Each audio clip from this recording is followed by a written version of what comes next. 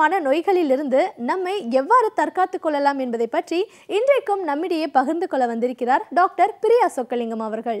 நிகழ்ச்சியில் அடுத்த பகுதியாக வரவிருப்பது பல்லாண்டு வாழ்ந்திட.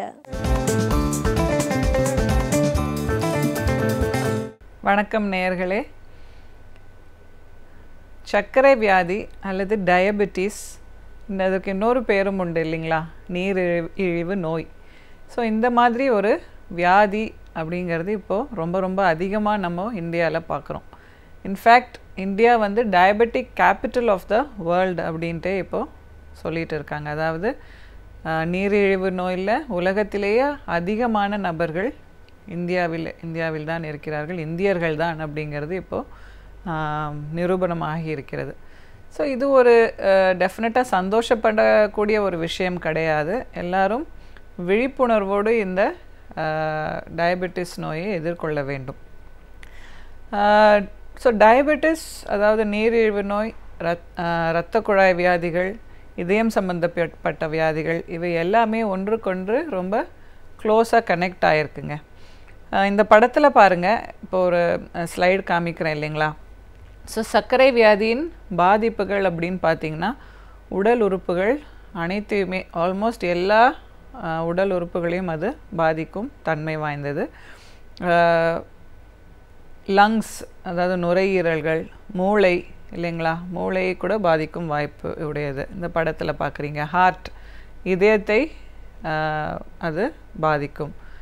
அப்புறம் வயிறு மற்றும் குடல், கல்லீரல், தசைகள், நம்ம உடம்பு ஃபுல்லாக தசைகள் இருக்குது, இந்த தசைகளையும் பாதிக்கக்கூடியது. நரம்புகள், ஸோ நரம்புகளில் பாதிப்பு, நரம்பு தளர்ச்சி இதெல்லாம் ஏற்படலாம். கிட்னிஸ்ன்னு சொல்கிறோம் இல்லைங்களா, சிறுநீரகங்களை அதிகமாக பாதிக்கும் ஒரு வியாதியாக டயபெட்டிஸ் இருக்குது.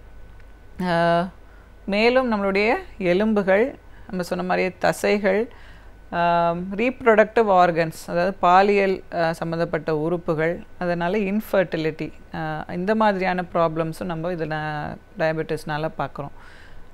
அப்பார்ட் ஃப்ரம் திஸ், நம்மளுடைய கண்கள், தோல், அதாவது நம்ம காலில் இருக்கக்கூடிய அந்த அடிப்பாகம், பாதம் என்கிறோம் இல்லையா. ஸோ இந்த இதையும் நம்ம டயபெட்டிஸ் அதிகமாக தாக்குகிறது. கண்கள் ஏன் இதனால் ரொம்ப ரொம்ப முக்கியமாக இப்போது அடல்ட்ஸ்க்கு, அதாவது குழந்தைகள் அல்லாதவர்கள், வளர்ந்தவர்களுக்கு கண் பார்வையில் ஏதாவது ஒரு ப்ராப்ளம்னா அது முதல்ல அவங்க டயபெட்டிஸ் இருக்கா இல்லையா செக் பண்ணுங்க அப்படின்ட்டு டாக்டர்ஸ் சொல்லுவாங்க.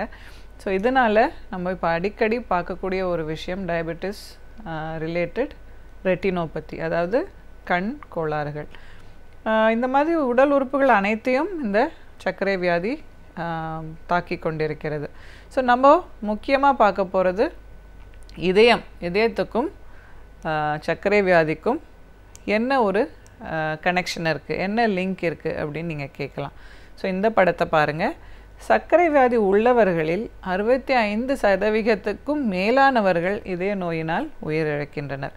ஸோ 100 பேருக்கு சர்க்கரை வியாதி இருந்ததுன்னா அதில் 65க்கும் மேலானோர் அவர்கள் உயிரை ஏன் இழக்கிறார்கள் என்று ஆராய்ச்சி பண்ணி பார்த்ததில் இதயம் சம்பந்தப்பட்ட வியாதிகள்னால தான் உயிரிழக்கிறாங்க அப்படின்னு கண்டுபிடிச்சிருக்கோம்.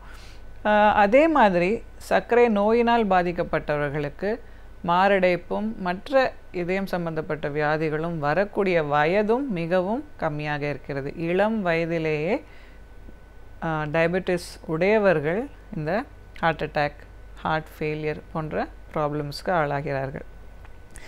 ஸோ இதுக்கு என்ன காரணம் அப்படின்னு பார்த்தீங்கன்னா, இந்த இரத்தத்தில் இருக்கக்கூடிய சர்க்கரை அளவு அதிகமாக இருக்கும்பொழுது, அதாவது க்ரானிக்காக அந்த பிளட் சுகர் லெவல் அதிகமாக இருக்கும்பொழுது அது அந்த இரத்த குழாய்களின் உள்பாகத்தை பாதிக்கிறது.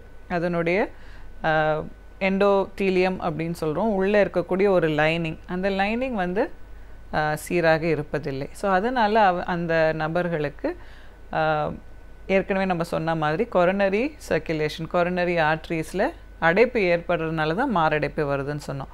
ஸோ இந்த கொரோனரி பிளாக்ஸ் வரத்துக்கே ஒரு முக்கியமான காரணமாக இந்த டயபெட்டிஸ் ஒரு அடிப்படையான ஒரு காரணமாக அமைந்து விடுகிறது. இன்னொரு விஷயம் என்னன்னு பார்த்திங்கன்னா, அதை தவிர ஹார்ட்டுடைய ஃபங்க்ஷன், அதாவது இந்த இதயம் துடித்து கொண்டிருக்கிறது இல்லைங்களா, இடைவிடாமல் ஒரு இதயம் பம்ப் பண்ணிக்கிட்டே இருக்குது. அந்த மசில் இதய தசைன்னு சொல்கிறோம் மயோகார்டியம், அது வலுவாக இருந்தால்தான் அந்த இடைவிடாமல் பம்ப் செய்யக்கூடிய ஒரு சக்தியை பெறுகிறது. அந்த இதய தசை வலுவை இழக்கும் பொழுது அதை ஹார்ட் ஃபெயிலியர் அப்படின்னு சொல்கிறோம். அதுக்கும் ஒரு முக்கியமான காரணமாக டயபெட்டிஸ் திகழ்கிறது. அதாவது நீரிழிவு நோயினால் இதயம் வலுவை இழந்து இதய தசை ஒரு வலிமை இல்லாமல் செயல்படும் பொழுது அதை கார்டியோமயோபத்தின்னு சொல்கிறோம், இல்லை ஹார்ட் ஃபெயிலியரும் சொல்லலாம்.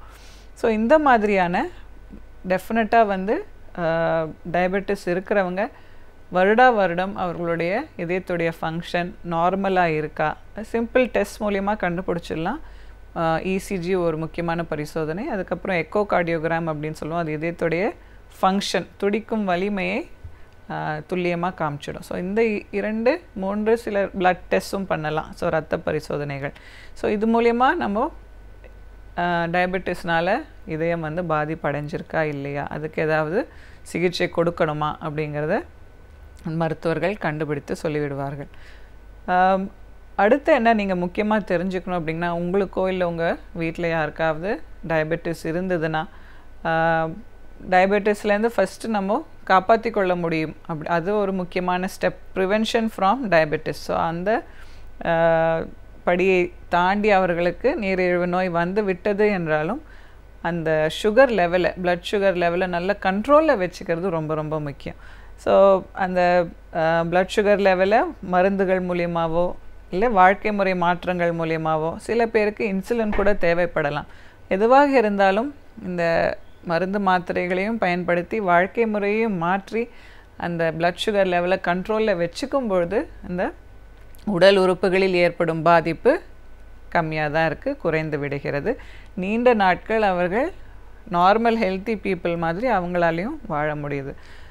அதில் முக்கியமான ஒரு பிளட் டெஸ்ட் வந்து HbA1c அப்படின்னு சொல்கிறோம். ஸோ இந்த டெஸ்ட் வந்து ஒரு 3-4 மாதங்களுக்கு உங்களுடைய இரத்தத்தில் இருக்கக்கூடிய சுகர் லெவல் சீராக உள்ளதா அதிகமாக உள்ளதா அப்படின்ட்டு கண்டுபிடிக்கக்கூடிய ஒரு டெஸ்ட். இதே ஒரு 3-4 மாதங்களுக்கு ஒரு முறை செய்து கொண்டால் போதுமானது. அடிக்கடி நம்ம பிளட் சுகர் செக் பண்ணிக்கணும் அப்படிங்கிறது கிடையாது.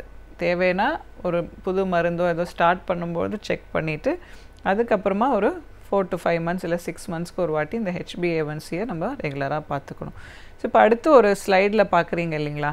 ஸோ முதல்ல டயபெட்டிஸ் அப்படிங்கிற ஒரு வியாதி அந்த கண்டுபிடிச்சிருக்காங்க. ஸோ அது ஒரு கையில் வைத்துக்கொண்டு நம்மளுடைய ரத்தத்தில் இருக்கக்கூடிய சுகரை மெஷர் பண்ணுற ஒரு கருவி அது. ஸோ நிறைய பேருக்கு இப்போது டயபெட்டிஸ், ஹைப்பர் டென்ஷன், உயர் இரத்த அழுத்தம், இரத்த கொதிப்புன்னு சொல்கிறோம். இது ரெண்டுமே ட்வின்ஸ் மாதிரி நிறைய பேரை தாக்கிக்கிட்டு இருக்குது, ட்வின் டிசீசஸ். இந்த 2 வியாதிகளும் சேர்ந்து இதயம் மற்றும் சிறுநீரக வியாதிகளை உண்டு பண்ணி கொண்டிருக்கின்றன. ஸோ இதே எப்படி தாக்குறது, நம்ம இதயத்தை எப்படி டயபெட்டிஸ், அதே மாதிரி இரத்த கொதிப்பும் இதயத்துக்கு ரொம்ப தீங்கானது. அடுத்து நிறைய நோயாளிகளில் இப்போ நம்ம ஒன்றாக பார்க்கக்கூடியது சிறுநீரக பிரச்சனைகள். ஸோ டயபெட்டிஸ், ஹை பிபி, இது ரெண்டுமே வந்து கிட்னிஸை ரொம்ப அஃபெக்ட் பண்ணிடுது. ஸோ கிட்னிஸில் அதோடைய முக்கியமான வேலை சிறுநீரகம் செய்யக்கூடிய ஒரு முக்கியமான வேலை நம்ம உடம்பில் இருக்கக்கூடிய அசுத்தங்களை வெளியேற்றுகிறது சிறுநீர் மூலியமாக. ஆனால் இந்த சிறுநீரகம் பாதிப்பு, ரீனல் ஃபெயிலியர் அப்படின்னு வந்துருச்சுன்னா அந்த சுத்தப்படுத்தும் வேலையை ஒழுங்காக சிறுநீரகம் செய்ய முடியாது. இதனால் அந்த நோயாளிகளுக்கு நிறைய மாத்திரைகள் கொடுக்க வேண்டியிருக்கும். அவர்கள் டயட் மற்றும் அதாவது என்ன உட்கொள்கிறார்கள் அப்படிங்கிறதுல நிறைய கட்டுப்பாடு செய்து கொள்ள வேண்டும். ஆனால் முக்கியமாக நீங்கள் எல்லாருமே பின்பற்ற வேண்டியது, இதெல்லாம் வேண்டாம் டாக்டர், நல்லா ஆரோக்கியமாக இருக்கணும் அப்படின்னு சொன்னீங்கன்னா தேவையில்லாமல் உப்பின் அளவு, சர்க்கரையின் அளவு, எண்ணெயின் அளவு, இது 3யுமே அதிகமாக பயன்படுத்தாதீங்க. மிக மிக குறைந்த அளவில் இது எல்லாத்தையும் பயன்படுத்தினா இந்த மாதிரியான பின் விளைவுகள், பாதிப்புகள் எல்லாமே இல்லாமல் டயபெட்டிஸ் இருந்தாலும் பிளட் ப்ரெஷர் இருந்தாலும் அதை ரிவர்ஸும் பண்ணலாம், நல்ல ஹெல்த்தியாகவும் இருக்கலாம், அதை குணப்படுத்தலாம், அதனுடைய பாதிப்புகளையும் குறைத்து கொள்ளலாம். நன்றி. நம் சமூகத்தில் நடக்கும் நிகழ்வுகளில் நல்லவையவை கெட்டவையவை என்பதை பற்றி நம்மிடையே பேச வந்திருக்கிறார் எழுத்தாளர் மனுஷபுத்திரன் அவர்கள். நிகழ்ச்சியில் அடுத்த பகுதியாக வரவேற்பது தீதும் நன்றும்.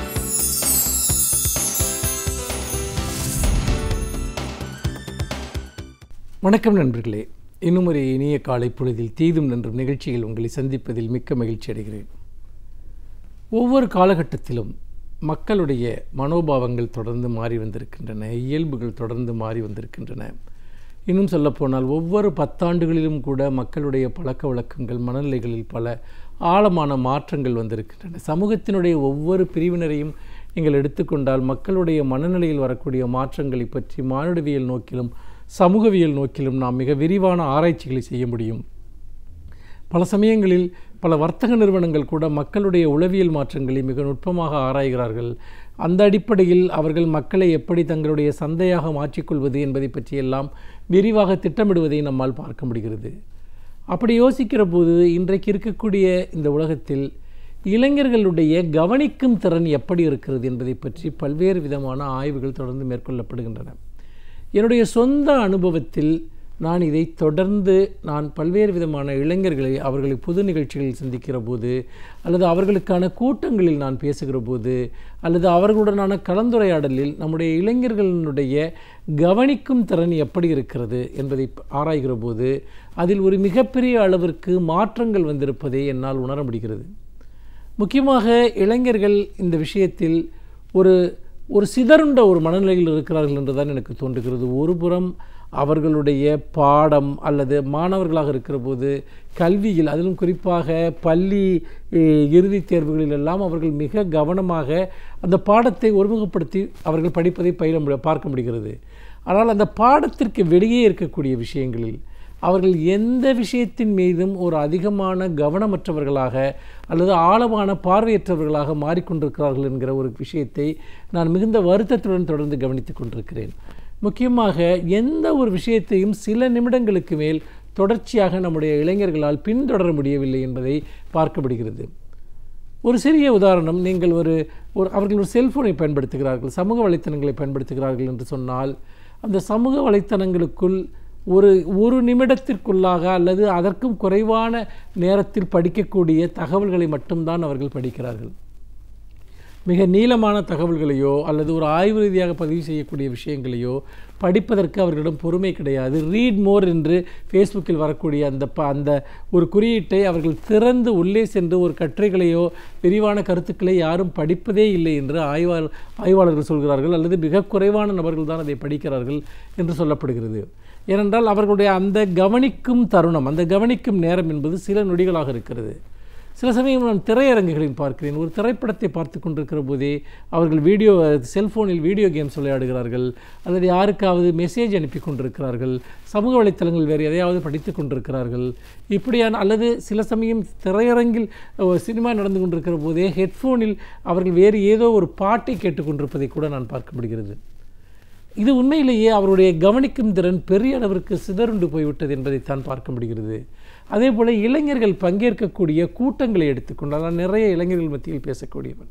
அவர்கள் எப்பேற்பட்ட சிறந்த பேச்சாளர்கள் பேசினாலுமே கூட அவர்கள் தொடர்ந்து அந்த ஒரு பேச்சை, ஒரு அரை மணி நேரம் ஒரு பேச்சை தொடர்ந்து கவனிக்கக்கூடிய அந்த ஒரு மனப்பான்மை என்பது அவர்களிடம் வெகுவாக குறைந்து விட்டதை பார்க்க முடிகிறது.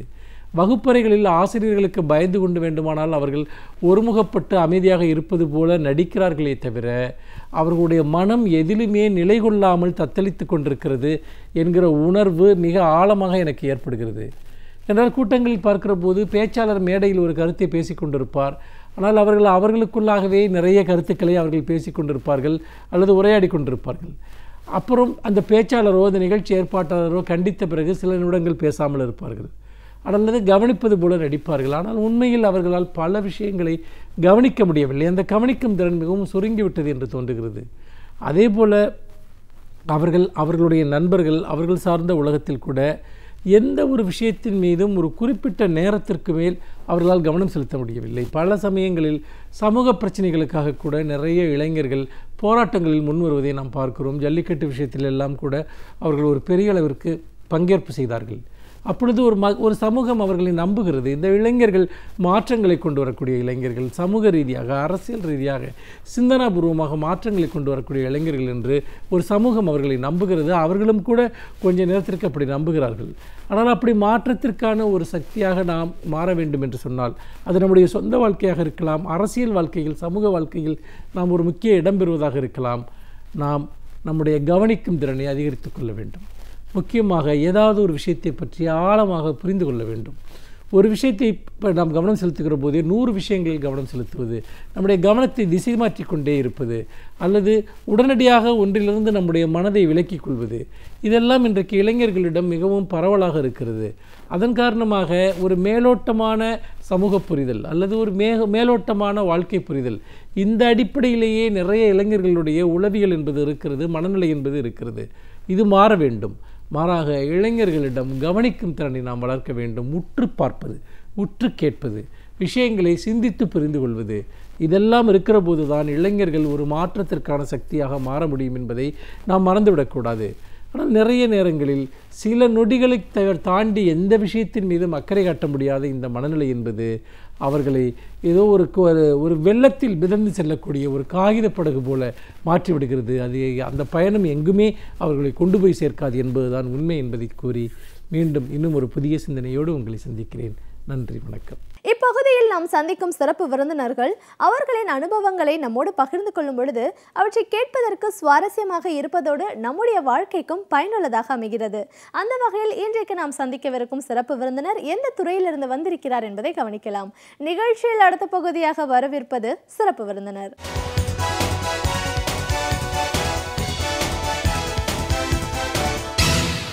வணக்கம் நேயர்களே, விடியலேவா நிகழ்ச்சியின் சிறப்பு விருந்தினருக்கான நேரம் இது. இன்றைய சிறப்பு விருந்தினர் பல் மருத்துவர் டாக்டர் சந்தியா அருண்குமார். ஒரு பல் மருத்துவரா பற்கள்ல என்ன மாதிரியான ஒரு பிரச்சனைகள் வரும், சின்ன வயசுல இருந்தே பற்கள் பராமரிப்பு அப்படிங்கிறது எவ்வளவு தூரம் அவசியம், ஒவ்வொரு காலகட்டத்திலையும் அந்த பராமரிப்பு சார்ந்த பிரச்சனைகள் என்ன, தீர்வு என்னன்னு நிறைய விஷயங்களை டாக்டர் கிட்ட கேட்டு தெரிஞ்சுக்கலாம். வணக்கம் டாக்டர். வணக்கம். ஒரு பல் மருத்துவரா எங்க நிகழ்ச்சிக்கு உங்களை நாங்க முதல்ல வரவேற்கிறோம் மேடம். நன்றி. பல் மருத்துவம் அப்படின்னு சொல்லும்போது ஓரல் ஹைஜீன்லாம் இப்போ நம்ம நிறைய பேசுகிறோம். சரியான பழக்க வழக்கங்கள் இல்லைன்னா என்ன மாதிரியான ஒரு நோய்கள் வர்றதுக்கான வாய்ப்பு இருக்குது அப்படிங்கிற பற்றின ஒரு அவேர்னஸ்லாம் இப்போ நிறைய நடந்துட்டுருக்கு. இருந்தாலும் இதை வந்து ஒரு பீரியாடிக்காக பண்ணும். ஆரம்ப காலகட்டத்திலேருந்து அந்த பற்கள் முளைக்கிற காலகட்டத்திலேருந்து வயதான வரைக்கும், பற்கள் விழற வரைக்கும் ஒவ்வொரு நிலையிலையும் சில மெஷர்ஸ் நம்ம எடுக்கணும். அப்படியெல்லாம் சரியா பண்ணாத போது என்ன மாதிரியான ஒரு பாதிப்புகளை அதை ஏற்படுத்தும்? பெற்றோர்கள் சின்ன குழந்தைங்களை வளர்க்கும் போது என்ன மாதிரியான ஒரு கவனத்தோட வளர்க்கணும்? அந்த ஒரு விஷயங்களையும் நம்ம எப்படி பார்க்கணும்? இப்படி பற்கள் சார்ந்த நிறைய கேள்விகள் இருக்கு. இது எல்லாத்துக்குமான விடைகளை உங்ககிட்ட இருந்து எதிர்பார்க்கிறோம் மேடம். இது எல்லாம் பேசும்போது நம்ம ஆரம்பத்துல இருந்து ஒன்னொன்னா பேச ஆரம்பிக்கலாம்.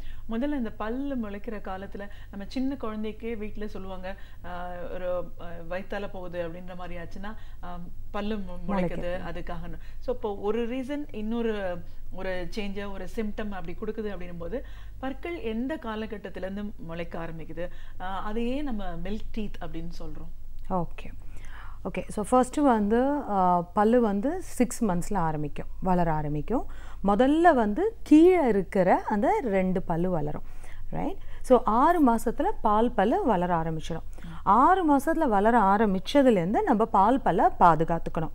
ஸோ என்ன பண்ணணும்னா, பால் குடித்ததப்புறமோ இல்லை செர்லாக்கோ என்ன சாப்பிட்டாலும் ஒரு வெட் காட்டன் எடுத்து அதை நல்லா அந்த இடத்த வைப் பண்ணி டங்கையும் நல்லா வைப் பண்ணி விடணும். அப்புறம் வெறும் விரலில் வந்து டெய்லி அந்த பல்லை சுற்றி இருக்கிற ஈரை நல்லா அழுத்தி மசாஜ் பண்ணி விடணும். ஸோ 6 monthsலேருந்தே நீங்கள் சொல்கிற மாதிரி பல்லையும் நம்ம வாய் சம்மந்தப்பட்ட எல்லா பார்ட்ஸையும் நம்ம டெஃபினட்டாக மெயின்டைன் பண்ணணும். இப்போ என்ன ஆகுதுன்னா, பல்லு வளரும் போது அந்த குழந்தைக்கு ரொம்ப துருதுருன்னு இருக்கும். அதனால கையில் என்னெல்லாம் கிடைக்கிறதோ அது எல்லாத்தையும் எடுத்து வாயில் வச்சுக்க அது ட்ரை பண்ணும். அண்ட் 6 monthsலேருந்து தான் வாயில் நிறைய உமிழ் சுரக்க ஆரம்பிக்கும், சலைவா. ஸோ நீங்கள் அந்த குழந்தைங்கள பார்த்தீங்கன்னா எச்சல் வழிஞ்சிட்டே தான் இருக்கும். ஆக்சுவலாக அது ரொம்ப நல்லது. ஏன்னா அந்த வாயில் வச்சு கடிக்கும் போது வெளியில் இருக்கிற பாக்டீரியா அழுக்கு உள்ளே போகாமல் அந்த உமிழ் வழியாக அது வெளியில் வருது. ஸோ உடம்புக்கு அந்த டைமில் உமிழ் சுரக்கிறது ரொம்ப நல்லது. அது ஏன் வாயில் இப்போ டீதர் அப்படின்னு அந்த ஏஜில் கொடுக்க ஆரம்பிப்பாங்க. ஏன்னா அதுக்கு பல்லு வளரும் போது அதுக்கு என்னத்தையாவது வாயில் வச்சு அப்படியே கடிக்கணும். அம்மா புடவையை கடிக்கும், அதோட ட்ரெஸ்ஸை எடுத்து கடிச்சிக்கும். அந்த மாதிரி கண்டது கடிக்கிறதுங்கிறதுனால டீதர் அப்படின்னு இருக்குது. அந்த டீதரை வெந்நீரில் நல்லா டிப் பண்ணி வாஷ் பண்ணி தாராளமாக கொடுக்கலாம். ஸோ அதோடைய அந்த கடிக்கிற அந்த சூவிங், அந்த என்ன சொல்கிற அந்த க்யூரியாசிட்டி, அந்த கடிக்கிறத அதை சாட்டிஸ்ஃபை பண்ணுறதுக்கு தான் அது கொடுக்குறோம். சரி, 6 மாதத்துலேருந்து 2 வயசு வரைக்கும் பால் பல் வளர்ந்துட்டே இருக்கும். கீழே 10 பல், மேலே 10 பல். ஃபர்ஸ்ட் நீங்கள் கேட்டிங்க ஏன் பால் பல்லுன்னு சொல்கிறோம். ஒன், அதோட கலர் வந்து பால் நிறத்தில் இருக்கும். ஏன் இருக்குது அப்படின்னாக்க மில்கோடைய ரிஃப்ராக்டிவ் இண்டெக்ஸும் நம்ம பால் பல்லுடைய எனாமலோட ரிஃப்ராக்டிவ் இண்டெக்ஸும் ஒன்று. அதனால தான் அதை பால் பல்லுன்னு நம்ம சொல்கிறோம். பால் குடிக்கிறதுனால பால் பல்லு அது கிடையாது. ரிஃப்ராக்டிவ் இண்டெக்ஸ் ஆஃப் மில்க்கும் நம்ம குழந்தைங்களுடைய அந்த எனாமல் பல்லோட எனாமல் ரிஃப்ராக்டிவ் இண்டெக்ஸு ஒன்று. ஸோ இதனால் பால் பல்லு அப்படின்னு சொல்கிறோம். ஸோ பால் பல்லு தானே அப்படிங்கிறதுனால யாரும் வந்து அதை ஈஸியாக விட்டுடக்கூடாது. அதையும் டெஃபினட்டாக பராமரிக்கணும். ஏன்னு கேட்டாக்கா 6 வயசு வரைக்கும் அந்த குழந்தை அதை வச்சு தான் கடித்து மென்று சாப்பிடணும். ஸோ அதோட நியூட்ரிஷன், உடம்புக்கு கிடைக்க போகிற நியூட்ரிஷன் வந்து அது சாப்பிட்ற சாப்பாடில் தான் இருக்குது. அது மென்று கடித்து முழுங்கணும் அப்படின்னா அந்த பால் பல்லு தான் நம்மளுக்கு கண்டிப்பாக இருக்கணும். 6 வயசுலேருந்து என்ன ஆகும் அப்படின்னா ஒவ்வொரு பால் பல்லாக விழுந்து பர்மனன்ட் பல் அந்த இடத்துல முளைக்கும். இந்த ப்ராசஸ் பால் பல் விழுந்து பெர்மனன்ட் பல் முளைக்கிற இந்த ப்ராசஸ் 6லேருந்து 12 வயசு வரைக்கும் நம்மளுக்கு நடக்கும். ஸோ இந்த 6லேருந்து 12 தான் ரொம்ப கஷ்டமான பீரியட் நான் சொல்லுவேன். ஏன்னா குழந்தைக்கு பால் பல் குட்டி குட்டியாக இருக்கும், நடுவில் பர்மனன்ட் பல் பெருசாக இருக்கும். ஸோ வரிசையாக இருக்காது.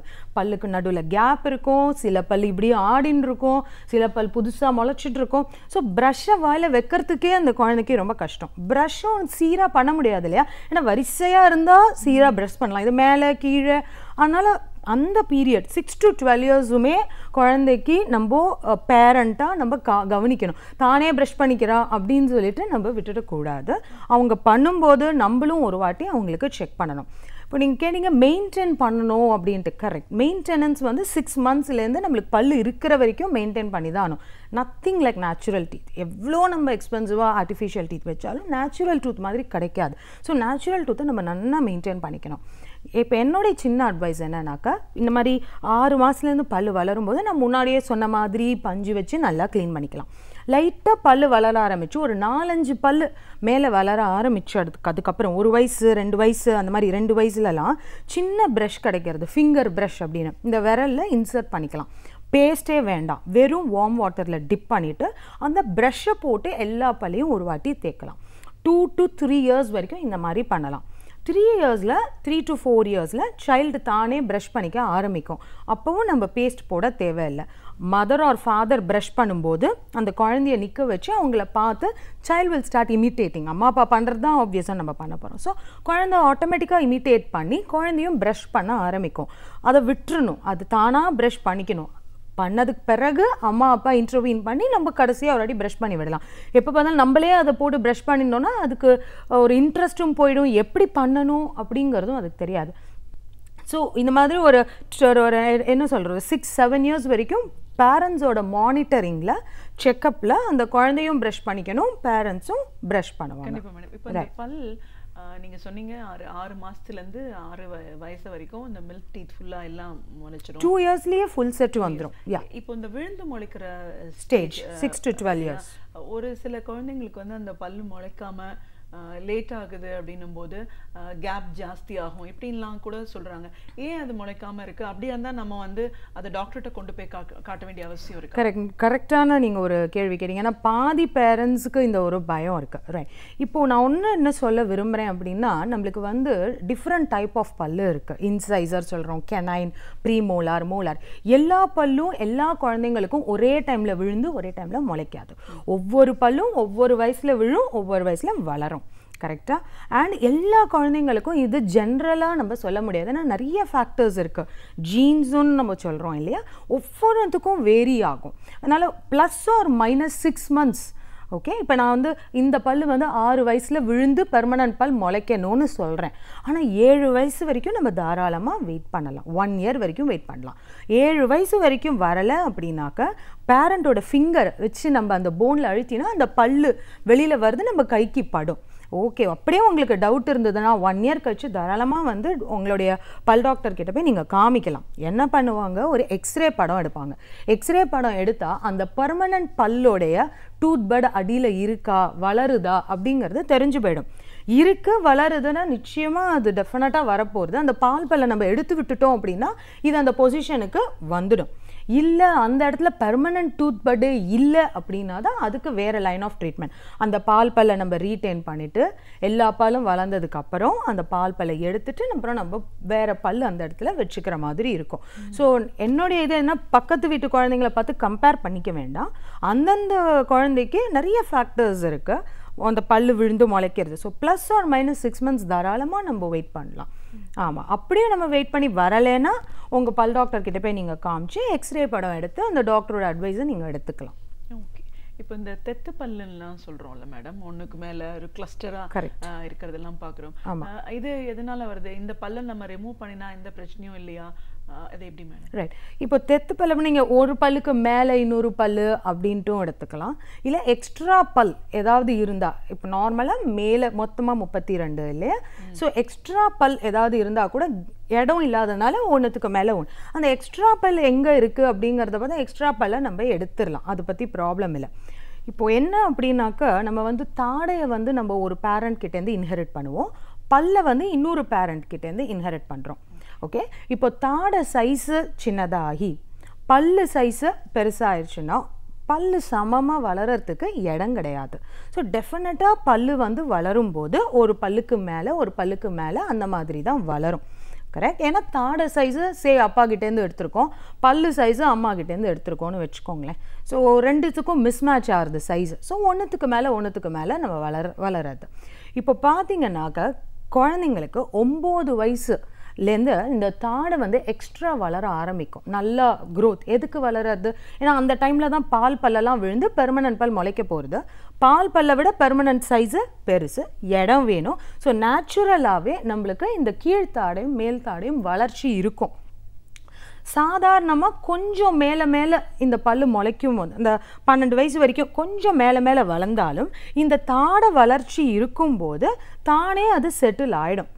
பட் சில குழந்தைங்களுக்கு இந்த தாடை வளர்ச்சி அந்த டைமில் ரொம்ப போதுமானதாக இருக்காது, இல்லை பத்தாது. ஏன்னா அவ்வளோ மிஸ்மேட்ச் இருக்கும் அந்த ஜா சைஸுக்கும் பல்லு சைஸுக்கும். அப்படி இருக்கும்போது பல் டாக்டர் கிட்ட காமிக்கணும். ஸோ பெஸ்ட்டு டைம், ரொம்ப வெயிட் பண்ணக்கூடாது. பெஸ்ட்டு டைம் 8 years 7 yearsலேயே நம்ம போய் கன்சல்ட் பண்ணிடணும். ஃப்யூச்சரில் இவளுக்கு இந்த மாதிரி ஒரு மால் அலைன்மெண்ட் வருமா, இவங்களுக்கு வருமா அப்படின்ட்டு get the best time. So that 9 yearsல இந்த ஜாவை எக்ஸ்ட்ராவாக நம்ம வளர்க்க வைக்கிறதுக்கு வளர்கிறதுக்கு நம்ம அப்ளையன்ஸ் கொடுத்துக்கலாம். ஸோ ஜாவை நம்ம வளர விட்டுட்டோன்னு வச்சுக்கோங்க, சம்டைம்ஸ் வந்து வளரும்போது ஜாஸ்தி வளரும்போது பல்லு ஆட்டோமேட்டிக்கலாக சீராக அமைஞ்சிடும். நான் சொல்கிறது ப்ராக்கெட்ஸ் போடுறது அதுவே கிடையாது. இது ஜாவோட நேச்சுரல் க்ரோத்தை வந்து நம்ம டைரக்ட் பண்ணுறோம், ஒரு விதத்தில் அழகாக டைரக்ட் பண்ணுறோம் அதுக்கு வளர்கிறத.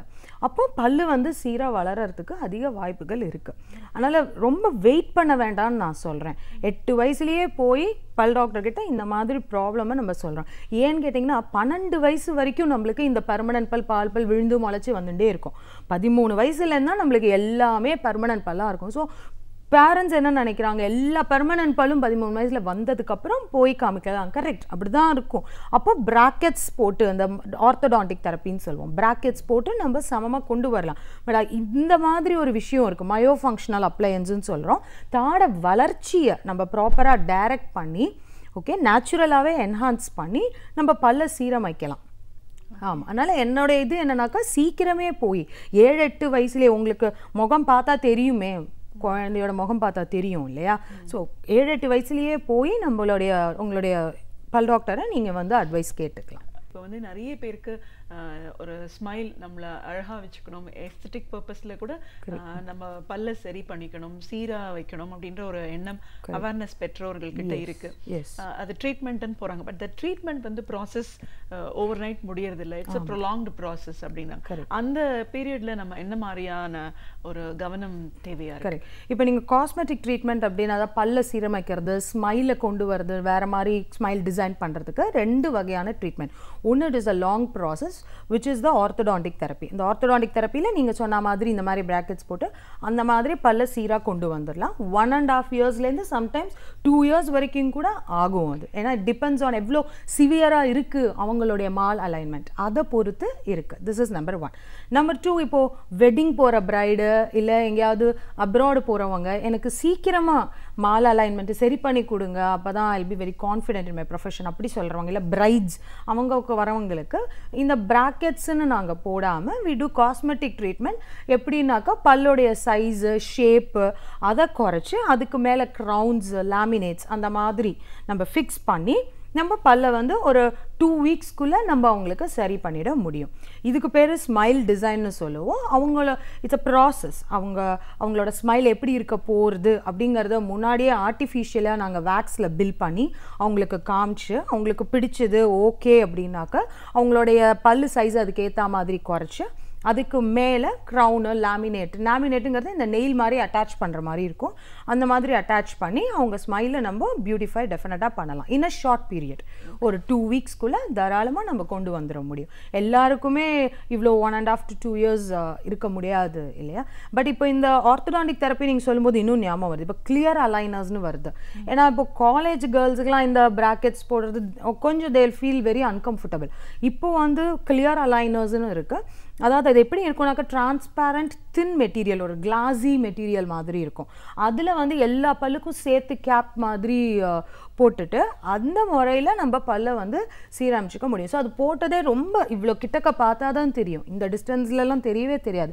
ஸோ அது இப்போது வந்து ரொம்ப நல்லா போயிட்டு இருக்கு, especially for people who perform இல்லையா, for students, for models, performers, அவங்களுக்குலாம் இது வந்து ரொம்ப உபயோகமாக இருக்குது for the cosmetic treatment. Okay.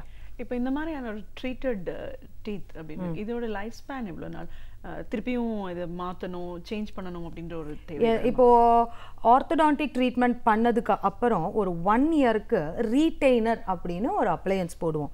ஏன்னா பல்லுக்கு நிறையா மெமரி இருக்குது. ஸோ பல்லு வந்து பழைய பொசிஷனுக்கே போகிறதுக்கு திருப்பி ட்ரை பண்ணும். நம்ம பிடிச்சி வச்சுக்கிறோம் அதை பழைய பொசிஷனுக்கு போக விடாமல். அதனால் ரீட்ரெய்னர் அப்படின்னு ஒரு அப்ளையன்ஸ் ஒரு 1 இயருக்கு போட்டு டூத்தை நல்லா ஸ்டெபிலைஸ் பண்ணிட போகிறோம். இப்போ இந்த 1.5 years to 2 years ஏன் நடக்குதுன்னா அவ்வளோ ஸ்லோவாக டூத்தை மூவ் பண்ணுறோம். ஸோ தட் டூத்தோட ஹெல்த் காம்ப்ரமைஸ் ஆகாமல் இருக்கணும் அப்படிங்கிறதுக்கு தான். ஸோ டெஃபினட்டாக இதில் டூத்தோட ஹெல்த் காம்ப்ரமைஸ் ஆகாது. ஆனால் அதோடைய மெயின்டெனன்ஸ் இஸ் வெரி இம்பார்ட்டன்ட். சாதாரணமாக ப்ராக்கெட்ஸ்லாம் இல்லாதப்பவே நம்ம ப்ரஷ் பண்ணுறது நம்மளுக்கு தெரியும் எவ்வளோ.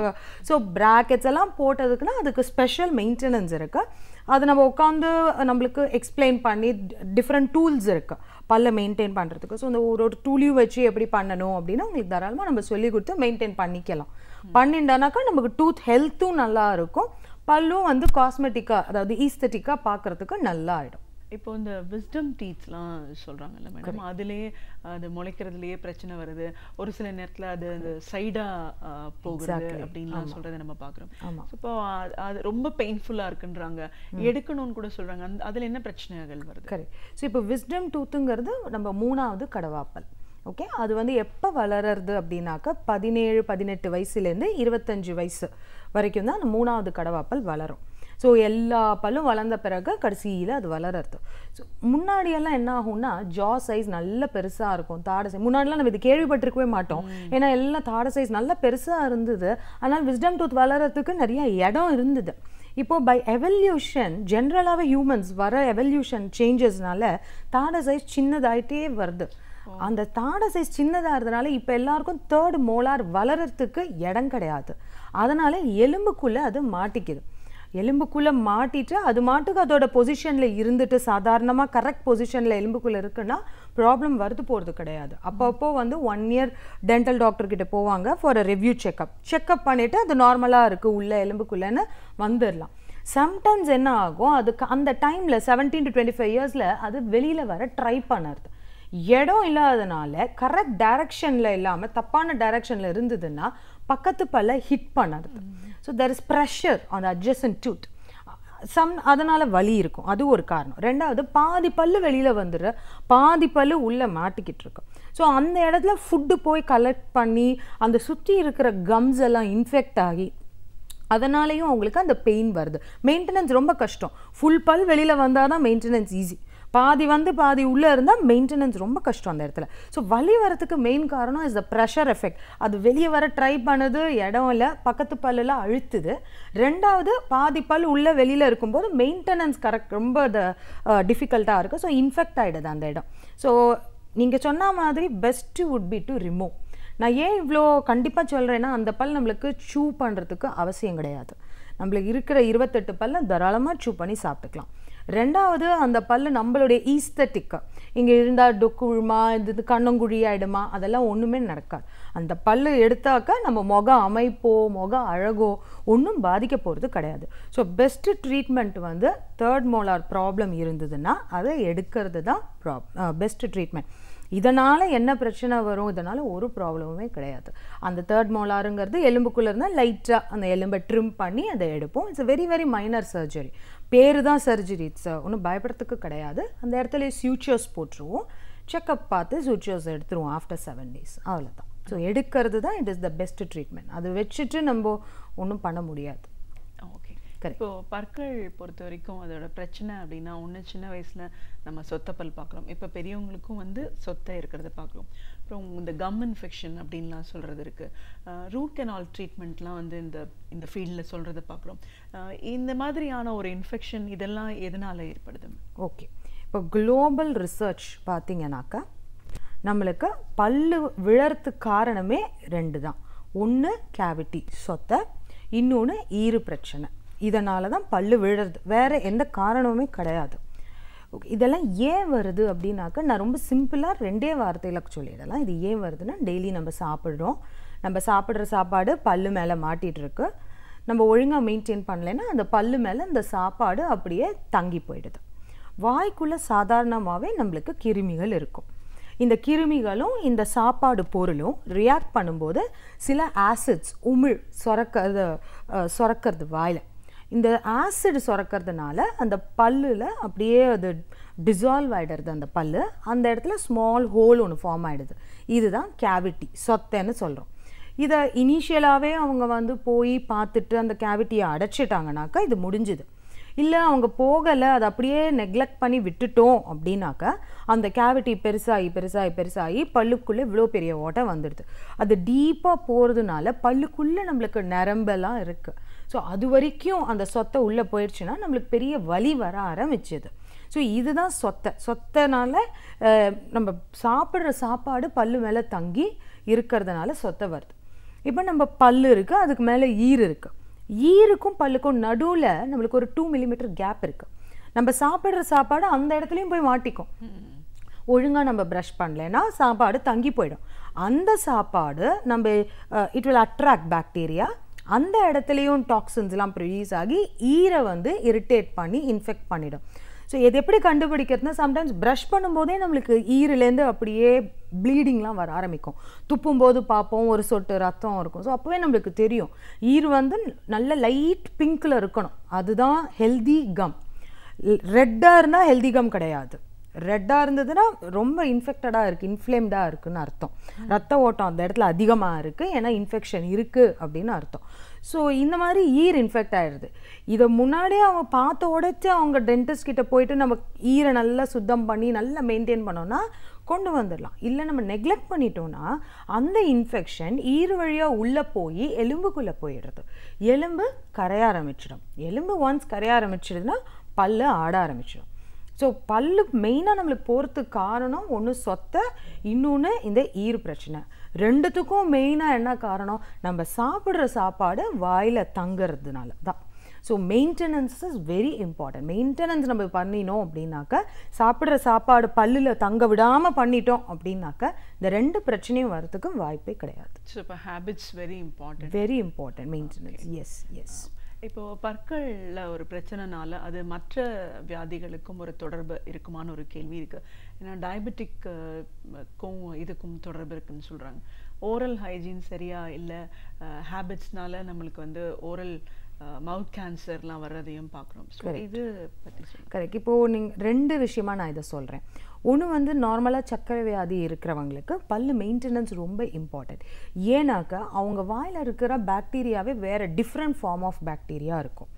அதனால அவங்களுக்கு கொஞ்சம் சாப்பாடு பொருள் வாயில் ஒட்டி இருந்தாலுமே அதோடைய எஃபெக்ட் வந்து ரொம்ப அதிகமாக இருக்கும். ஸோ அவங்களுக்கு கம் இன்ஃபெக்ஷனும் போன் இன்ஃபெக்ஷனும் வரத்துக்கு வாய்ப்புகள் ரொம்ப அதிகம்.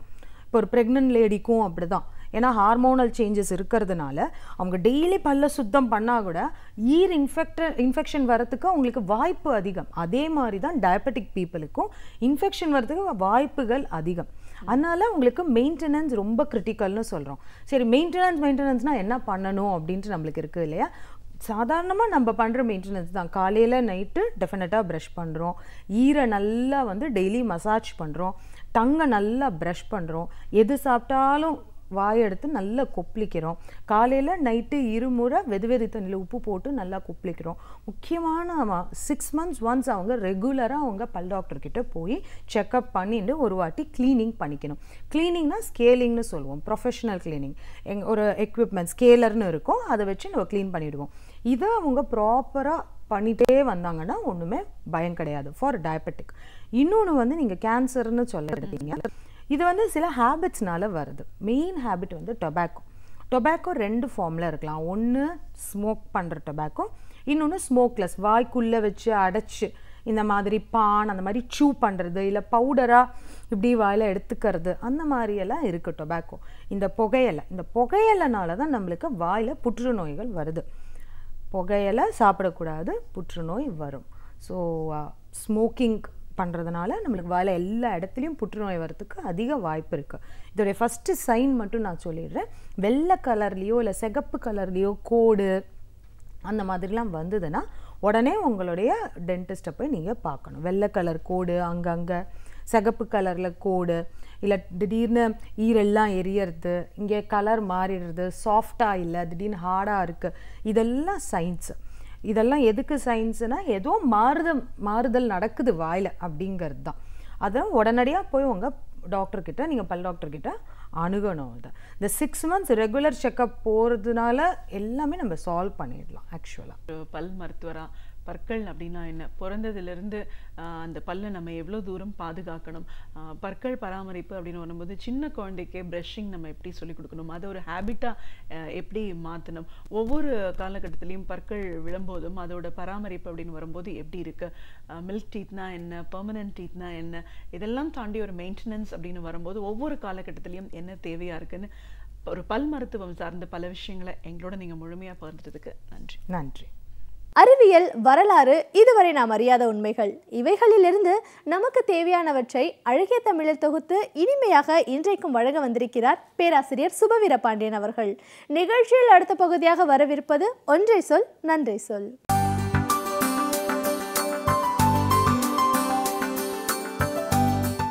அனைவருக்கும் என் அன்பு வணக்கம். மே மாதம் 28ஆம் தேதிக்கு தமிழக பண்பாட்டு வரலாற்றில் ஒரு மிகப்பெரிய இடம் இருக்கிறது என்று கூறலாம். 1928ஆவது ஆண்டு மே மாதம் 28ஆம் தேதிதான் தமிழகத்தில் முதல் சுயமரியாதை திருமணத்தை தந்தை பெரியார் அவர்கள் நடத்தி வைத்தார். அதற்கு முன்பே புரோகிதர்கள் இல்லாத திருமணத்தை மறைந்த நாகை காளியப்பன் போன்ற பெரியவர்கள் நடத்தியிருக்கிறார்கள். தங்களுக்கு தாங்களே அப்படி புரோகிதர் இல்லாத திருமணத்தை செய்து கொண்டிருக்கிறார்கள் என்றாலும் கூட பதிவில் ஏற்றப்பட்டிருக்கிற முதல் சுயமரியாதை திருமணம் 1928 மே மாதம் 28ஆம் தேதி அருப்புக்கோட்டைக்கு பக்கத்திலே இருக்கிற சுக்கில நத்தம் என்கிற கிராமத்திலே தான் நடைபெற்றது. அந்த திருமணம்தான் ஒரு புதிய பண்பாட்டின் வரலாற்றை தொடக்கி வைக்கிறது என்று சொல்லலாம். சரியாக சொன்னால் அது புதுமை என்று கூட சொல்ல முடியாது, மிகப்பெரிய பழமையை மீட்டெடுத்த நாள் என்றும் நாம் குறிப்பிடலாம். சங்க இலக்கியத்தில் நாம் பார்க்கிற திருமணங்களில் எந்த இடத்திலும் புரோகிதம் வந்து சமஸ்கிருதத்திலே மந்திரம் சொல்லி திருமணம் செய்து வைத்ததாக இல்லை. அகநானூற்றில் மட்டும்தான் 2 பாடல்களில் திருமண காட்சிகள் இடம்பெற்றிருக்கின்றன. அகநானூற்றினுடைய 86வது பாடலும் 136வது பாடலும் அன்றைக்கு நடைபெற்ற திருமண காட்சியை விவரிக்கின்றன. அந்த காட்சியில் எந்த இடத்திலும் ஒரு புரோகிதர் வந்து அமர்ந்து வடமொழியில் மந்திரம் சொல்லி திருமணம் செய்து வைத்தார் என்கிற செய்தி இல்லை. ஆனால் அதற்கு பிறகு அது எங்கே தொடங்குகிறது என்றால் நாம் அறிவோம். முதலாக சிலப்பதிகாரத்தில் கோவலன் கண்ணகி திருமணத்திலே தான் இந்த சடங்குகள் வந்து உள்ளே புகுந்து விடுகின்றன. எனவே 2000 ஆண்டுகளுக்கு பிறகு மறுபடியும் புரோகிதர் இல்லாத திருமணத்தை சங்க இலக்கியத்தில் இருந்த சில மூடநம்பிக்கைகளும் கூட இல்லாத திருமணத்தை ஐயா பெரியார் அவர்கள் தொடக்கி வைக்கிறார். அன்று தொடங்கி இன்று வரையில் ஏறத்தாழ 90 ஆண்டுகள் தொடர்ந்து தமிழகத்தில் சுயமரியாதை திருமணங்கள் நடைபெற்று வருகின்றன. இது எப்படி ஒரு பண்பாட்டு புரட்சியாக அமையும் என்றால், எல்லா கட்சிகளும் எல்லா இயக்கங்களும் தங்களினுடைய பணிகளை வீட்டிற்கு வெளியிலிருந்து தான் தொடங்கின. சுயமரியாதை இயக்கம் மட்டுமே வீட்டிற்குள்ளே இருந்து அந்த வேலையை தொடங்கிற்று. ஒரு குழந்தை பிறந்தால் தமிழ் மொழியில் பெயரிட வேண்டும், சமஸ்கிருதத்தில் இருக்கக்கூடாது. ஒரு திருமணம் இப்படி நடத்தப்பட வேண்டும். வீட்டினுடைய ஒவ்வொரு நிகழ்வுகளும் வெறும் சடங்குகளாக இல்லாமல் உயிர்ப்புடன் எப்படியெல்லாம் செய்யப்பட வேண்டும். இறுதியில் ஒருவர் மரணித்து விட்டதற்கு பிறகும் கூட அந்த நிகழ்வு வெறும் நினைவேந்தலாக இருக்க வேண்டுமே தவிர புராண பொய்களோடு கலந்ததாக இருக்கக்கூடாது என்று இப்படி வாழ்க்கையின் ஒவ்வொரு அசைவிலும் ஒவ்வொரு அங்குலத்திலும் சுயமரியாதை இயக்கம் தன்னுடைய கருத்துக்களை பதிவிட்ட போதுதான் ஒரு பண்பாட்டு மாற்றம் இங்கே நிகழ்ந்தது. வீட்டுக்குள் யார் வேண்டுமானாலும் எப்படி வேண்டுமானாலும் இருக்கலாம், வெளியிலே தான் அரசியல் என்கிற நிலையை மாற்றி அரசியல் வீட்டிலிருந்து தொடங்க வேண்டும், தன் சொந்த வாழ்விலிருந்து தொடங்க வேண்டும் என்கிற நிலையை ஏற்படுத்திய திருமணம் என்பதால் தான் இது தமிழகத்தின் பண்பாட்டு புரட்சிகளில் ஒன்று என்று நாம் சொல்லலாம். அதற்கு பிறகு தொடர்ந்து சுயமரியாதை திருமணங்கள் நடைபெற்றன. சுயமரியாதை திருமணம் என்பது யாருக்கும் எதிரானதன்று, நம்முடைய மரபுக்கும் பண்பாட்டுக்கும் ஆதரவானது.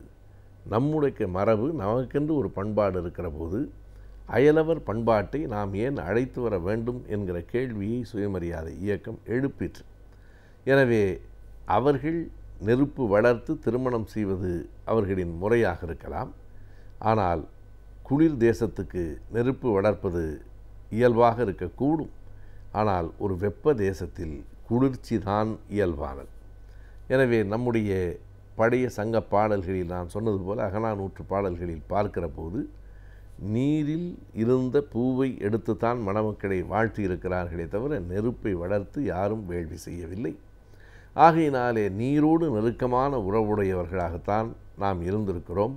வாழ்க்கையோடு ஒட்டிய இந்த தேசத்திற்கு உரிய இயல்பான நிகழ்வுகளை கொண்டதாக இருக்க வேண்டும் என்பது சுயமரியாதை திருமணத்தினுடைய அடிப்படை. சுயமரியாதை திருமணம் என்பது வெறும் சடங்குகள் சார்ந்ததல்ல, பெண் விடுதலை சார்ந்தது, தாய்மொழியின் பெருமை சார்ந்தது, பெற்றோர்களுக்கு உரிய மதிப்பு கொடுப்பது என்பதையும் சார்ந்தது. எனவே யார் ஒருவரையோ அழைத்து வந்து திருமணம் செய்வதை விட இந்த குடும்பத்தில் மூத்தவர்களை கொண்டு பெரியவர்களை கொண்டு திருமணம் செய்வதும் தமிழில் வாழ்த்துவதும் பெண்ணை சமமாக நடத்துவதும் சுயமரியாதை இயக்கத்தின் அடிப்படைகள் என்று சொல்லலாம். அதற்கு நீதிமன்றங்கள் மறுப்பு தெரிவித்த காலங்களையெல்லாம் தாண்டி அந்த சுயமரியாதை திருமணங்கள் வளர்ந்தன. பிறகு அறிஞர் அண்ணா அவர்கள் முதலமைச்சராக பொறுப்பேற்றதற்கு பிறகு சுயமரியாதை திருமணங்கள் சட்டப்படி செல்லும் என்கிற அந்த சட்டத்தையும் அவர் இயற்றினார். எனவே அந்த முதல் திருமணம் நடைபெற்ற நாள் மே மாதம் 28, 1928 ஆண்டு. ஒரு குடிமகனாக நம் நாட்டின் அடிப்படை சட்டங்களை நாம் அறிந்திருக்க வேண்டியது அவசியமாகிறது. அந்த வகையில் ஒவ்வொரு வாரமும் இந்த பகுதியின் மூலமாக சில அடிப்படை சட்டங்களை பற்றி அறிந்து கொண்டு வருகிறோம். இன்றைக்கும் சில அடிப்படை சட்டங்களை நாம் தெரிந்து கொள்ளலாம். நிகழ்ச்சியில் அடுத்த பகுதியாக வரவிருப்பது ஆலோசனை நேரத்தில் சட்டம் பகுதி.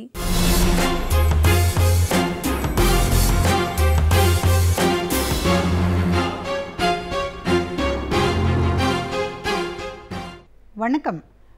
இன்றைய ஆலோசனை நேரத்தில் நாம் பார்க்க போகிறது காதல்.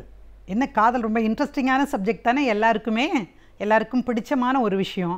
இந்த காதல்னால் இன்றைக்கு இளம் பெண்கள் எப்படி தங்களது வாழ்க்கையை சீரழித்து கொள்கிறார்கள் அப்படிங்கிறத பற்றி தான் இன்றைக்கி நான் உங்களோட பேசணும்னு நான் நினைக்கிறேன்.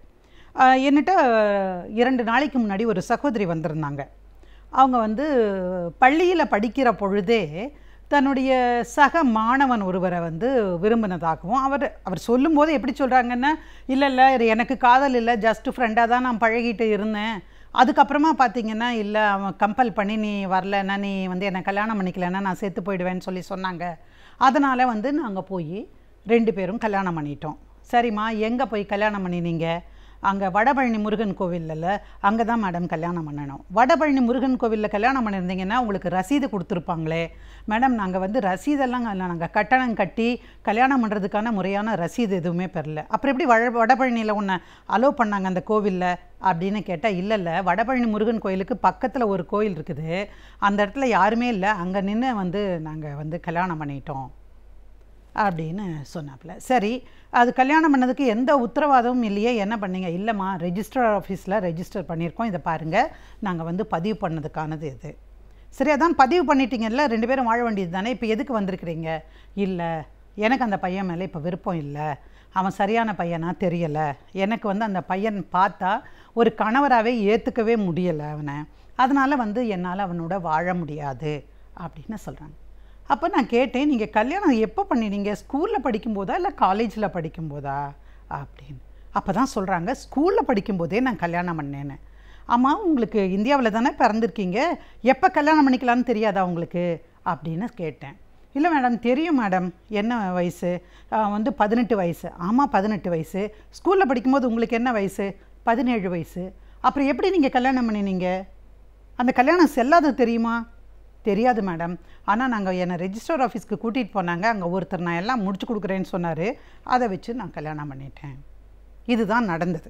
இப்போ அந்த பொண்ணு அதிலிருந்து விலகி வரணும்னு நினைக்கிறாங்க. சம்டைம்ஸ் பசங்க கூட என்ன நினைப்பாங்க, ரொம்ப ஒரு இன்ஃபேச்சுவேஷனை வந்து நம்ம லவ்னு நினச்சிட்டோம், ஒரு மன கிளர்ச்சியை, மன ஈடுபாட்டை, உடல் ஈடுபாட்டை, இதை வந்து நம்ம எப்படின்னு நினச்சிட்டோம், விலகி போகலாம் அப்படின்னு நினைக்கிறது கூட உண்டு. அப்போ அடிப்படையில் நம்ம தெரிந்து கொள்ள வேண்டிய முக்கியமான விஷயம், திருமணத்துக்கான வயசு என்ன? ஆட்டோவில் போகும்போது போடுறாங்க, ஆனால் பெண்ணுக்கு வயது 21 இருக்க வேணும், ஆணுக்கு வந்து 23 இருக்கணும். சில ஆட்டோவில், சிலதில் 18, 21, சிலதில் வேறு அவங்களுக்கு என்னென்ன தோணுதோ, ஆட்டோ தத்துவம் 333ங்கிற மாதிரி அது ஒரு வயசை அங்கே போட்டுடுறாங்க.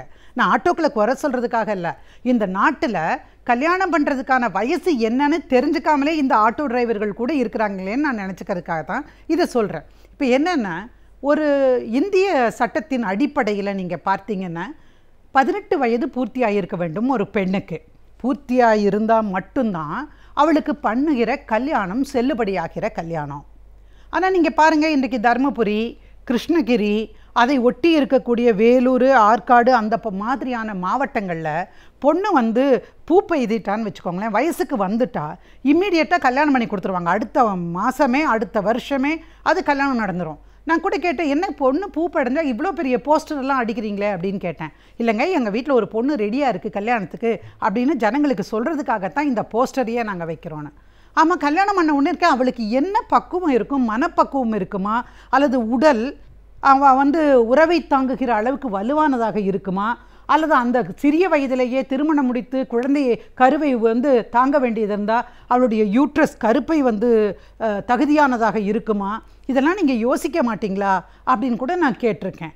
என்ன விஷயம்னு கேட்டிங்கன்னா, தமிழ்நாட்டை பொறுத்த வரைக்கும் மட்டும் இல்லை, இந்தியாவிலேயும் 18 வயது முடிந்த பிறகு தான் ஒரு பெண்ணுக்கு கல்யாணம் பண்ணணும். அப்போ இந்த பொண்ணு ஸ்கூலுக்கு போன பொண்ணு 17 வயசில் போய் கல்யாணம் பண்ணிடுச்சே அப்படின்னா, இன்றைக்கு சட்டத்தை வளைக்கிற பணியில் இருக்கிறவர்கள் சில பேர்லாம் அந்த மாதிரி செஞ்சிட்ருக்குறாங்க ரெஜிஸ்டர் ஆஃபீஸில்.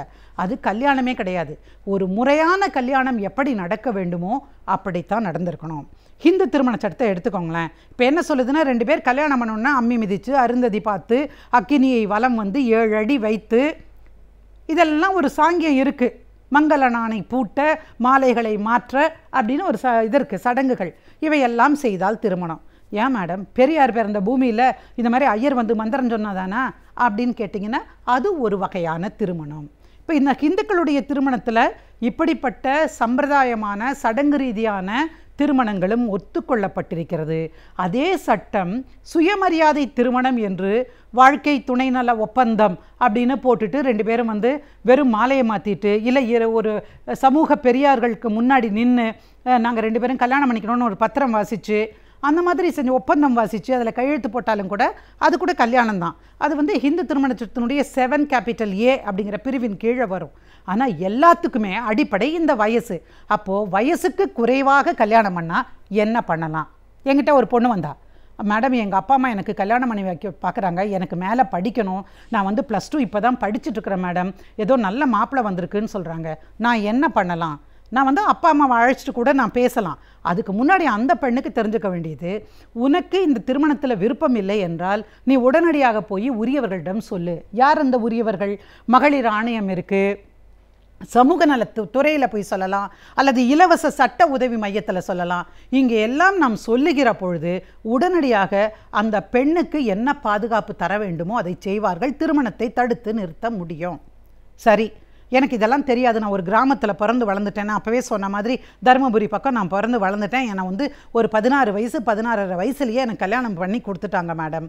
ஆனால் என் வீட்டுக்காரர் என்னை விட்டுட்டு துபாய் போனவர் தான். இப்போ நான் என்ன பண்ணுறதுன்னு தெரியலை. எனக்கு வந்து கல்யாணம் பண்ணுறதுக்கான இஷ்டமும் இல்லை, கல்யாண வாழ்க்கை என்னன்னே தெரியாது. இப்போ எனக்கு 18 ஆயிடுச்சு. ஆமாம், உண்மைதான். ஆனால் என்ன பண்ணுறது, எனக்கு இஷ்டம் இல்லை அப்படின்னு சொன்னீங்கன்னா, நீங்கள் 18 வயது பூர்த்தியான பிறகு நீதிமன்றத்திலே வழக்கு தொடுக்கலாம். எனக்கே தெரியாமல் என்னுடைய சின்ன வயசில் எனக்கு இப்படி ஒரு பொம்மை கல்யாணம் நடந்துருச்சு, இந்த கல்யாணத்தை செல்லாதுன்னு அறிவிக்குங்க அப்படின்னு சொல்லி நீங்கள் வந்து வழக்கு தாக்கல் செய்யலாம்.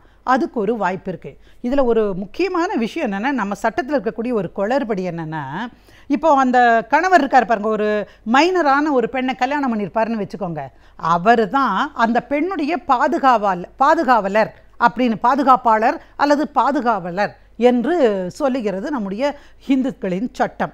என்ன, ஒரு யார் குற்றம் புரிகிறார்களோ குற்றம் புரிந்த அதே நபர் தான் வந்து இப்போ அந்த மைனர் பெண்ணுக்கு கார்டியனாக இருக்க முடியும். அப்போது மைனர் பெண்ணே வந்து ரேப் பண்ணால் தண்டனைன்னு நம்ம சொல்கிறோம் இல்லையா? அப்படி சொல்லுகிற பொழுது 4 பேர் கூடி நின்று சமூகமும் மற்ற இருக்கக்கூடிய மத சடங்குகளுமா சேர்ந்து ஒரு பெண்ணை அப்படி செஞ்சால் அதில் தப்பு புரிகிற கணவனுக்கு தண்டனை உண்டா இல்லையா அப்படின்னு கேள்வி கேட்க வேண்டிய நிலையில் இருக்கிறோம். அப்போது நம்ம புரிஞ்சுக்க வேண்டியது, இப்போ இளம் பெண்களுக்கு நான் சொல்ல வேண்டியது, வயது பூர்த்தி ஆகணும். அதுக்கான சர்டிஃபிகேட் இருக்கா பாருங்கள். உங்கள் உடலும் மனசும் ஒரு பையனை பார்த்தா துருன்னு துடிக்குதுன்னா அதுக்கு காரணம் வந்து காதல்னு தப்பாக கண்டுபிடிச்சிக்காதீங்க. இதெல்லாம் சினிமாவில் வேணால் நடக்கலாம். நீங்கள் காதல் படம் பார்த்தீங்கல்ல, என்ன ஆச்சுன்னு தெரியும்ல, பைத்தியமாக தான் அலைய முடியும். எனவே இந்த சூழ்நிலையில் மனமும் உடலும் பக்குவமாகிற அந்த 18 வயதுக்கு மேற்பட்ட முறையில் தேர்ந்தெடுத்து நீங்கள் காதல் செய்வதும் திருமணம் செய்து கொள்வது தான் ஒரு ஆனந்தமான வாழ்க்கைக்கு, உறுதியான ஒரு வாழ்க்கைக்கு, நல்ல வாழ்க்கைக்கு அடிப்படையாக இருக்கும். காதல்ங்கிறது தப்பு கிடையாது. ஆனால் எப்போ செய்கிறோம், எப்படிப்பட்டவரை காதலிக்கிறோம், யாரை நம்புகிறோம், எப்படி ஏமாறுகிறோம் என்று பல விஷயங்கள் இதில் பார்க்க வேண்டியிருக்கிறது. அதனால் நீங்கள் ஜாக்கிரதையாக இருக்கணும். இன்றைக்கெல்லாம் வந்து நிறைய மனநல ஆலோசகர்கள் வந்துட்டாங்க. அப்படி ஏதாவது சின்ன சின்ன பிரச்சனை வந்தால் கூட பைத்தியம் பிடிச்சவங்க தான் மனநல ஆலோசகர்களை போய் பார்க்கணுங்கன்னு கிடையாது. யார் வேணால் போய் பார்க்கலாம். அப்படி நீங்கள் கூட போய் பார்த்து, எனக்கு இப்படி பார்த்தா, இந்த பையனை பார்த்தா இப்படி தோணுது, இல்லை இந்த பொண்ணை பார்த்தா இப்படி தோணுது, எனக்கு உடனே இவளை கல்யாணம் பண்ணிக்கணுமில்ல தோணுது, என்ன பண்ணட்டும் நீங்கள் வந்து ஆலோசனை எடுத்துட்டு கூட உங்களுடைய மன உணர்வுகளை சீராக்கி ஒழுங்கமைத்து வாழ்க்கையை அமைத்து கொள்ள முடியும். எனவே காதல் புரிகிற இளம் வாலிபர்களும் யுவதிகளும் இதை பின்பற்றணும் அப்படிங்கிற வேண்டுகோளோடு இன்றைக்கு நான் நிறைவு செய்கிறேன்.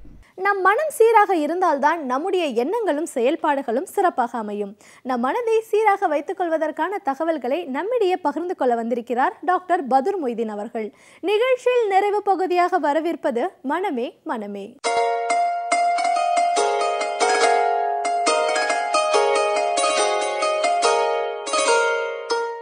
வணக்கம் நேயர்களே. இந்த வாரத்தில் நாம் நம்முடைய கடமைகளை பற்றி நாம் பேசியிருக்கின்றோம். நாம் எவ்வாறு அந்த குழந்தைகளை நாம் காப்பாற்றலாம், அறிவு உள்ள குழந்தைகளாக பெறலாம், ஒருவேளை அந்த குழந்தைகள் அறிவு வளர்ச்சி குறைந்த குழந்தைகளாக இருந்தால் அதை எப்படி மாற்றலாம் என்று, அதாவது தாயின் கையில் இருக்கின்றது.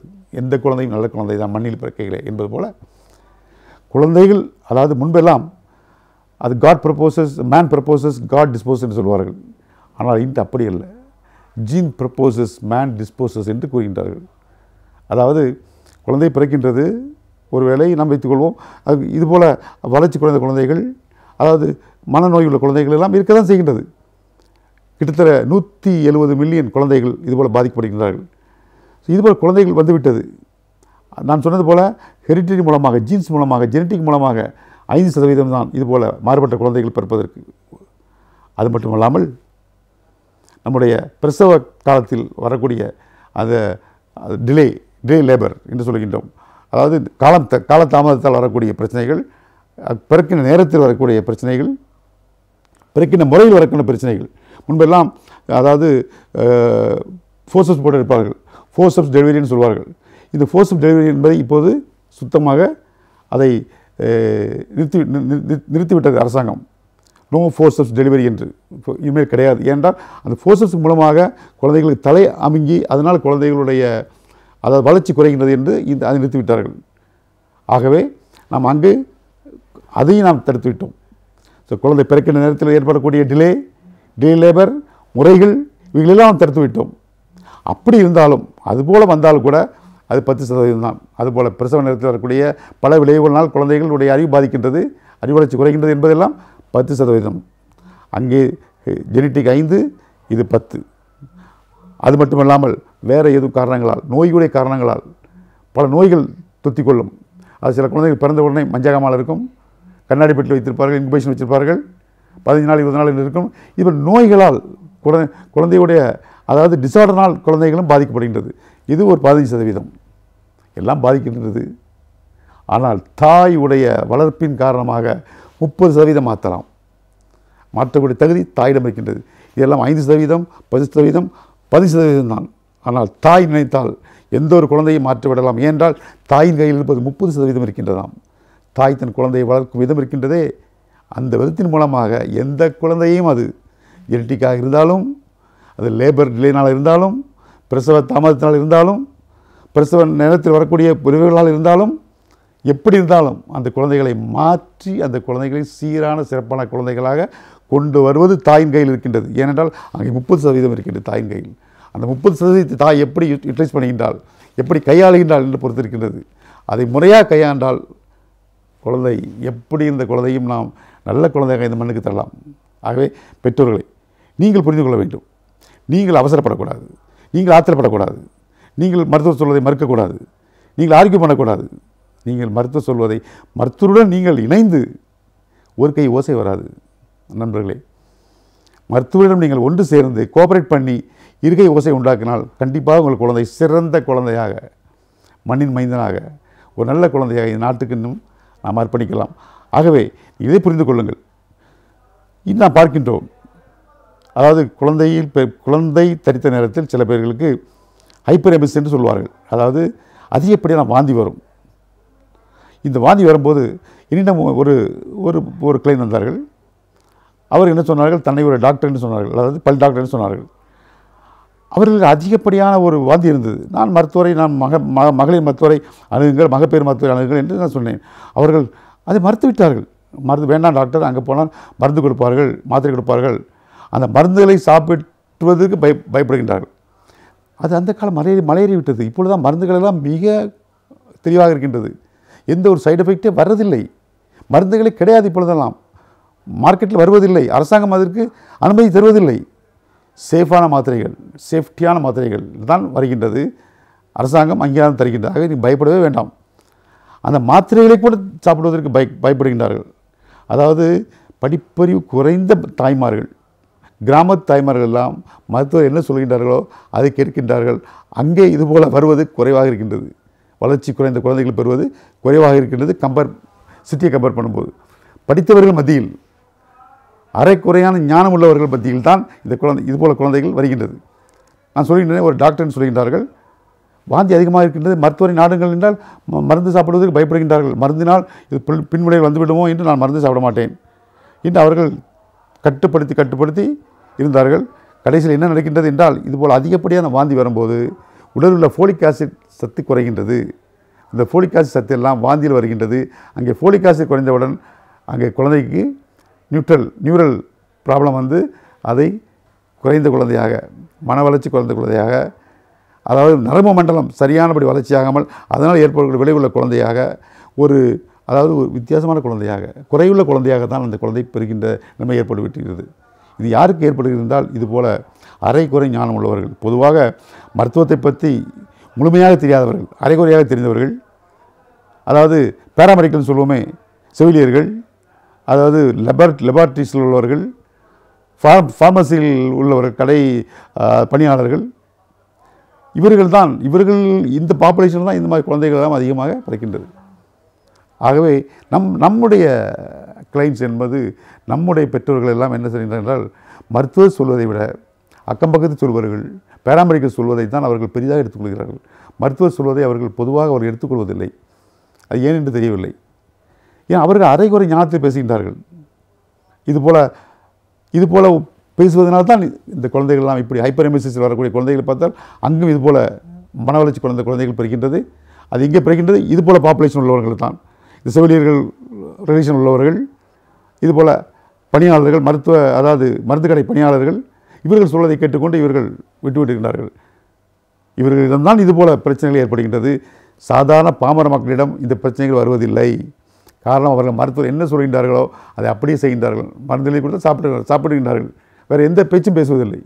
இவர்கள் தான் அதிகப்படியாக தெரிந்துவதாக நினைத்து கொண்டு இவர்கள் விட்டு விடுகின்றார்கள். கடைசியில் இதில் கஷ்டப்படுகின்றார்கள்.